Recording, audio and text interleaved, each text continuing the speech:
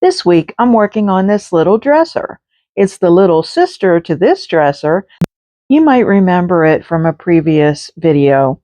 It was a gift to my bestie as a housewarming present. I'm working on it for the people who bought this piece of furniture, and I will link the video in the description box. So they kind of want the dresser to look very much like this one. So that is my plan.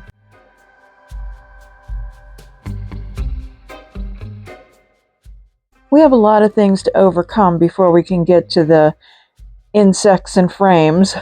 So the top of this was really a mess. I had done some epoxy pours and it got messed up, and the top never fitted properly because someone removed a piece. So I was bound and determined to make the top work anyway. So I proceeded to do that. There were some other things. This little drawer glide needed glued, but that was no big deal. I decided it would be easier to just flip the top. That way we have a better surface to work on. That was the original, and this is the other side, which isn't perfect, but it looks a lot better. So again, the other problem is that it doesn't meet the ends. So I decided that a 1-inch piece of square dowel might fix that problem. So I picked some up and proceeded to make that happen. It actually was just the perfect solution. It was a perfect fit to extend the top of that dresser and made it go out a little bit from the sides. But boy, did I struggle. I measured and cut the pieces, but I was having difficulties with my nail gun. It wasn't a big deal. It's just funny. I was bragging about how long the battery had lasted, and then when I was ready to do this project, that's when it decided that it needed charged. Oh well. You'll watch me glue up and remove the glue from these sticks several times. I charged it for a little bit, went and did some work, and it didn't fully charge. It still wasn't working. So then I had to let it sit overnight, and then I was out of nails, so it was a struggle.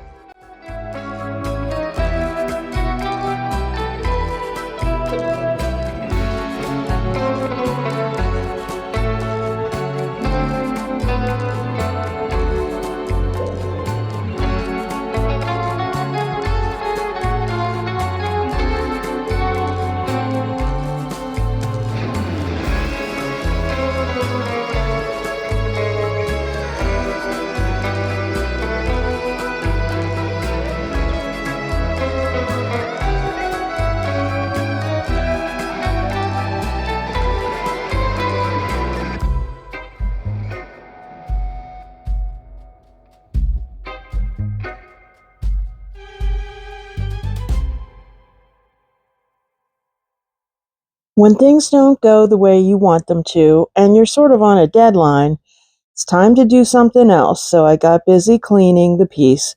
I used Dixie Belle's White Lightning, and it's already mixed up in a spray container. And of course, you need to rinse off the residue from the cleaner as well. When I got to the sides, I realized that some of that veneer was lifted. So I used some glue, and I put it on a paintbrush and put it underneath there. It probably would have been better to use a syringe, but I didn't have any on hand.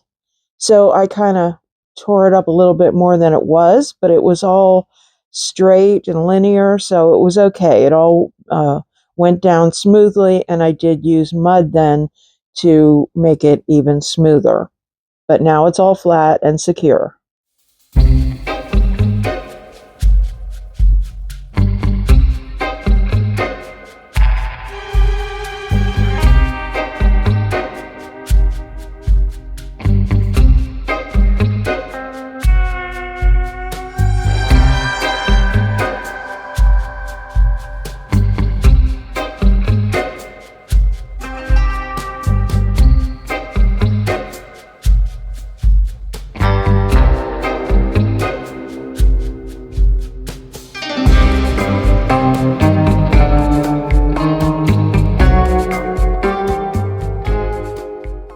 Once again, I remove the glue.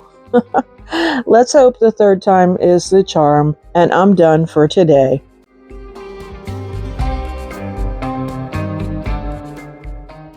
When I get back in, I get to work on replacing the back. I had gone to Lowe's and had them cut a piece of board for me just because it was easier and also easier to fit in the van that way.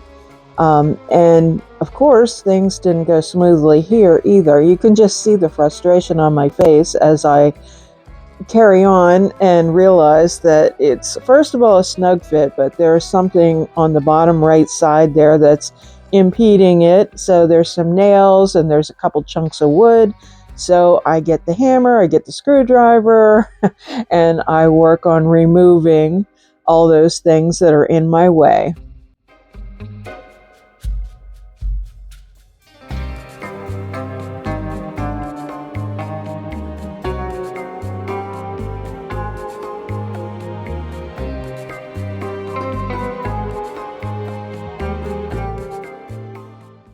Did you see that look on my face?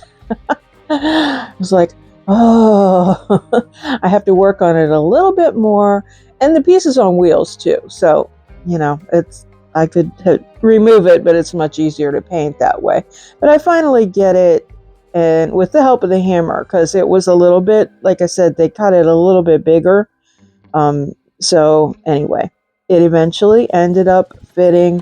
And once I get things going, you can see I'm actually kind of smiling there. I have that look of relief on my face. And then I look into the camera just to make sure I'm still filming.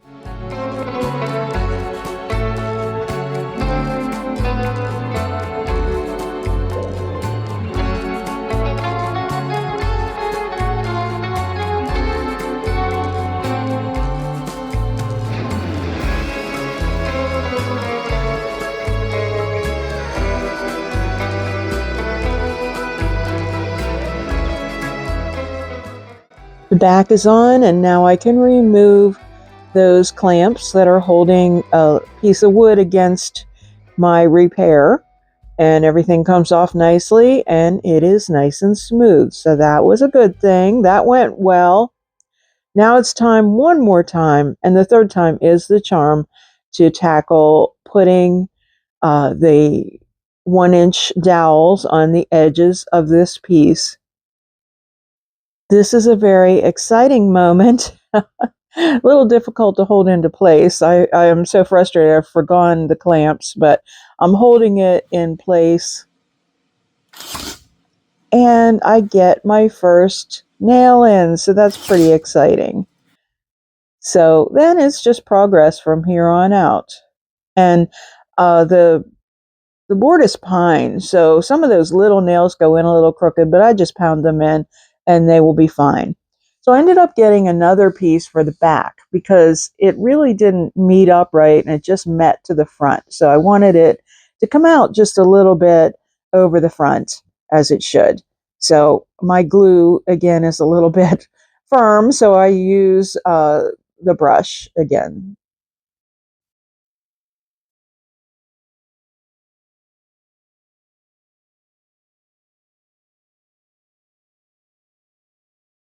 There's a gap in the middle, which I take care of by cutting another small piece and piecing it in, and it'll get glued and mudded as well, so you'll never even notice it, because the top of this piece I'm planning on doing a little bit of a texture.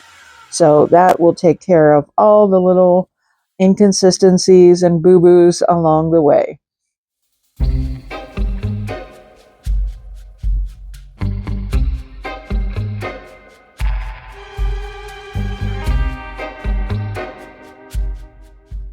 Now I finally feel like I'm making some progress. So I used air dry clay and made some of these molds, and now I'm just gluing them on.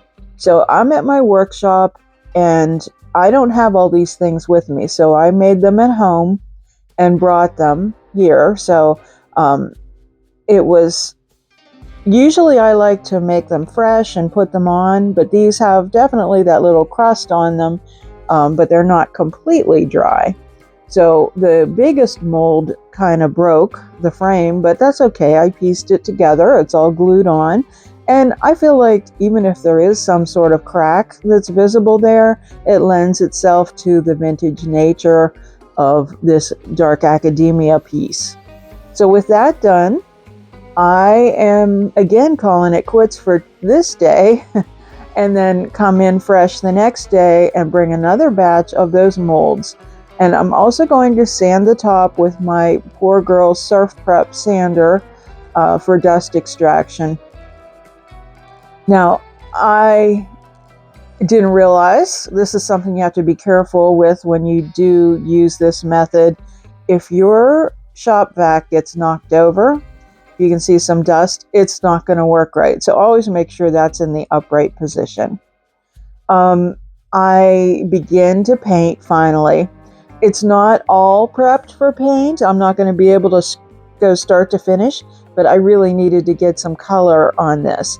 I'm using Anchor in the Silk line from Dixie Belle. It's an all-in-one paint, and I used this in my previous one. It was very helpful for me to refer to that video so that I knew exactly what I did, although I have to modify some of my processes because the original piece was wood. It was stained wood, whereas this is painted wood. So I have to do some things a little differently. So it takes a while to paint this because you really have to get down into all those nooks and crannies. Remember in the beginning I put the hardware on just to help me open the drawers, but I had intended to paint them anyway. So again, in keeping with the piece that we're trying to match.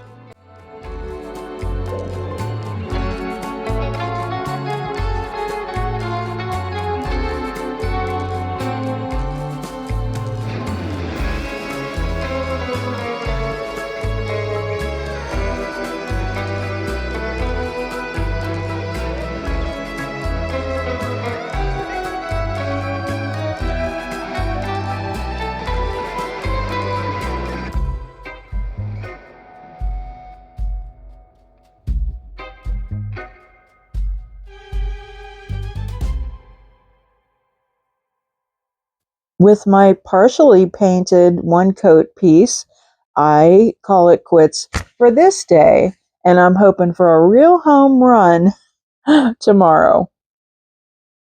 But you're going to have to wait until next week to see how this all works out.